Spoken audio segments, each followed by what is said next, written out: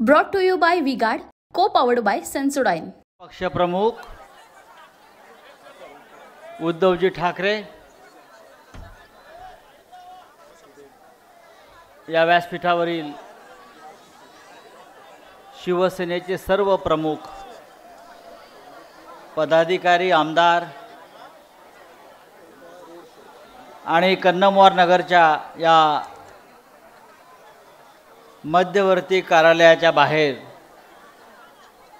उपस्थित असलेले सर्व शिवसैनिक, आज प्रचाराचा शेवटचा दिवस आहे.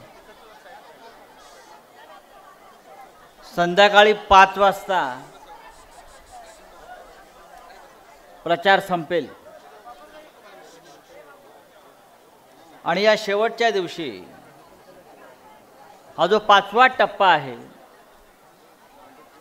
तो 5वा टप्पा आपल्यासाठी अत्यंत महत्त्वाचा यासाठी आहे. देखिए, उनका काम है अफवाह से गर्मी बढ़ाना और हमारा काम है माहौल को ठंडा रखना. हमारा नेता कैसा हो जो माहौल को रखे ठंडा वैसा हो. अब की बार वी-गार्ड एयर कूलर का चमत्कार.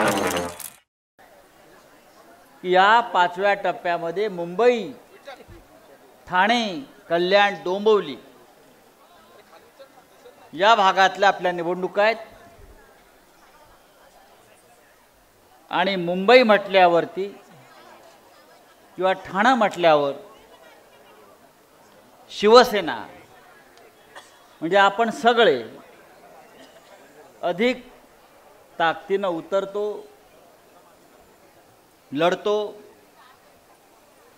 आज उद्धवजींनी त्यांचा आजच्या दिवसाची सुरुवात आपल्या भागातून केली आहे.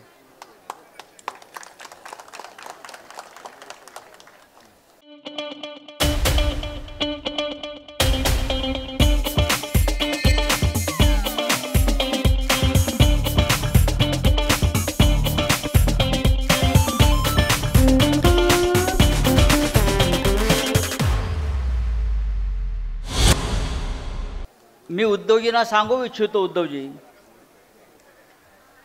की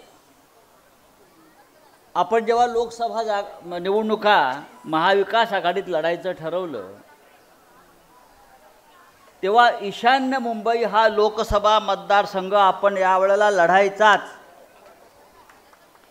कारण गेल्या अनेक वर्षामध्ये सोडा की आपण ही जागा कधी लढलोच नव्हतं. लोकसभा हा शिवसेनेचा बालेकिल्ला आहे. आमदार, नगरसेवक, शिवसैनिकांची संख्या हे पाहता ही जागा आपणच लढावी आणि ईशान्य मुंबईतून शिवसेनेचा खासदार आपण यावेळेला निवडून पाठवावा असं उद्धवजींनी ठरवलं. आणि त्यानुसार ही जागा आपल्या पदरात पाडून घेण्यासाठी आम्हाला फार मोठा संघर्ष करावा लागला.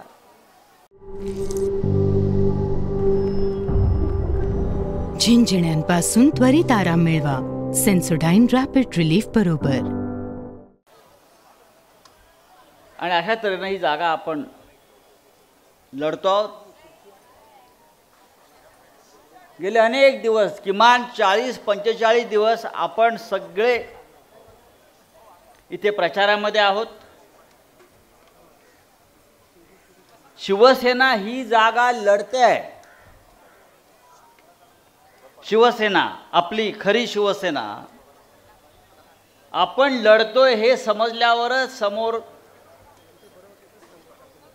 खलास झाले. शिवसेना लढते म्हणजे समोरच्यांचा पराभव नक्की आहे. त्याच्यामुळे सगळ्यात आधी उमेदवार बदलला आणि आता जो उमेदवार आपण समोर ठेवलेला आहे, बदललेला उमेदवार भारतीय जनता पक्षाचा कमळाबाईंचा, तो आपल्या समोर अजिबात टिकणार नाही याची मला खात्री आहे.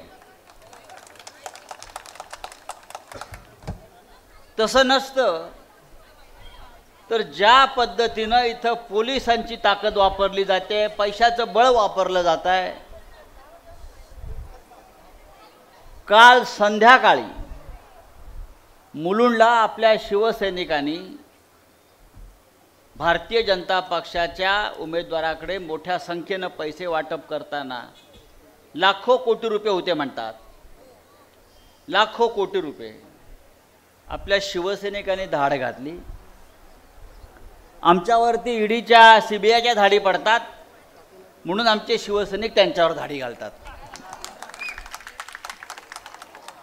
हे कोट्यवधी रुपये आपण पकडून दिले काल, पण हे शासन, हे सरकार, हे पोलीस मिंध्यांचं आहे. त्याच्यामुळे कारवाई उलट आमच्या शिवसैनिकांवरच झाली. पैसे पकडून दिला, उमेदवार आलेले आहेत. सन्माननीय आपले खासदार संजय दिना पाटील. आणि आश्चर्य असं की आम्ही पैसे पकडून दिले, हे पैसे वाटप करताना यांना मतं विकत घ्यायची होती, तेव्हा त्यांच्या बचावासाठी कोण आले तिथे तर प्रत्यक्ष या राज्याचे गृहमंत्री देवेंद्र फडणवीस. हे अत्यंत लज्जास्पद आणि निर्लज्ज असा प्रकार आहे. चोरांचं संरक्षण करायला देवेंद्र फडणवीस इथे आले गृहमंत्री. भ्रष्टाचाराचा पैसा आम्ही तुम्हाला पकडून देतोय आणि तुम्ही इथे मुलुंडला काल भ्रष्टाचारांना संरक्षण देण्यासाठी गृहमंत्री पोचतात. याच्यावरून या राज्यामध्ये कोणत्या प्रकारचं हुकुमशाही आणि भ्रष्ट शासन सुरू आहे हे आपल्याला कळेल. हेच देवेंद्र फडणवीस कोविड काळामध्ये पार्ल्यात बेकायदेशीरपणे रेमडेसिवीर नावाचा औषधाचा साठा गुजरातमधून आला होता, तो पकडला, काळा बाजारातला पकडून दिला. तेव्हा हेच देवेंद्र फडणवीस त्या काळा बाजारवाल्यांचं समर्थन करण्यासाठी पार्ल्याच्या पोलीस स्टेशनला पोचले होते. काल भ्रष्टाचाराचा काळा पैसा निवडणुकीत वापरला जात होता, तो आम्ही पकडला. तिथे त्यांचं संरक्षण करायला आले. देवेंद्र फडणवीस यांच्या नेतृत्वाखालचं हे सरकार मिंदेच्या नाही.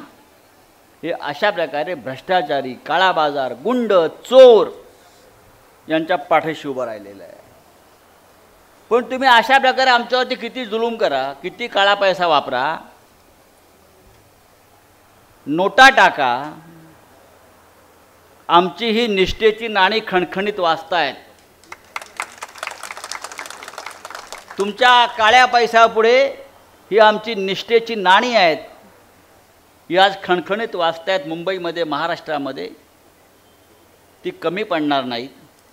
आणि शेवटी या ईशान्य मुंबईमध्ये शिवसेनेचे खासदार संजय दिना पाटील हे आपल्या सगळ्यांच्या ताकदीवर आणि बळावर लोकसभेत निवडून जातील याची मला खात्री आहे.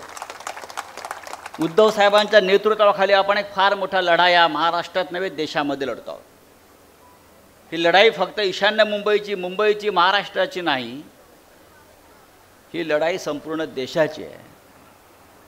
वर नरेंद्र, खाली देवेंद्र असं जे म्हणतायत, वर मोठा रावण, खाली छोटा रावण, यांना आपल्याला हरवायचं आहे आणि त्यांचा पराभव नक्की आहे. मी रावण आणि रामाची गोष्ट तुम्हाला यासाठी सांगतो आहे की रामायणामध्ये 14 दिवसाचं युद्ध झालं. रामायणाचं युद्ध 14 दिवसाचं झालं. 14वा हा अंतिम दिवस होता युद्धाचा. रावणाकडे प्रचंड संपत्ती, भाड्याने घेतलेले सगळे महाबली वीर, देशोदेशीचे राजे भाड्याने घेतलेले, चोरलेले शस्त्र, अस्त्र, कवच, मायावी, रथावर रावण स्वार झालेला आहे. आणि त्या रावणाशी युद्ध करण्यासाठी जेव्हा राम निघाला चालत, पैदल, त्याच्या पायामध्ये वाहनासुद्धा नव्हता, तेव्हा बिभीषणाला प्रश्न पडला. तो गेला रामाकडे धावत आणि त्याने रामाला विचारलं की इतका मोठा रावण, इतकं मोठं युद्ध, त्याचं इतकं मोठं सैन्य, आणि तुम्ही अनवाणी चाललेला आहात पैदल, एक धनुष्य घेऊन, हातामध्ये साधं शस्त्र घेऊन, आपला कसा निभाव लागेल? इतका संपत्ती, इतकं वैभव त्या रावणाकडे आहे, इतका जुलूम करतोय तो या इथे.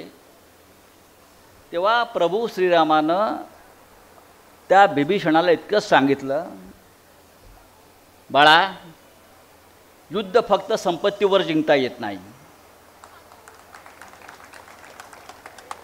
युद्ध फक्त भौतिक गोष्टीवर जिंकता येत नाही. त्याच्याकडे असेल संपत्ती, त्याच्याकडे असेल सैन्य, पण त्या सैन्याकडे आत्मबल आहे का, धैर्य आहे का, शौर्य आहे का, शील आहे का, सत्य आहे का, हे ज्याच्यापाशी आहे तोच हे युद्ध जिंकू शकतो.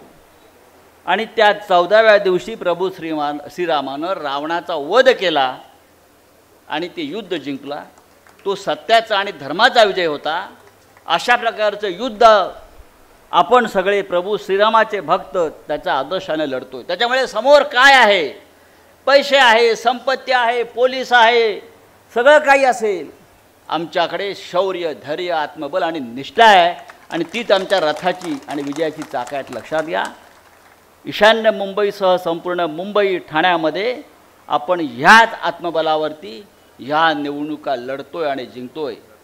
मी उद्धवजींना आपल्या वतीनं शब्द देतोय, उद्धवजी, आपण ही जागा हट्टाने मागून घेतली आणि लढतोय आणि जिद्दीने ही जागा लढून संजय दिना पाटील यांना आपण दिल्लीला पाठवतोय. Jai Hind, Jai Maharashtra. Brought to you by Vguard, co powered bye Sensodyne.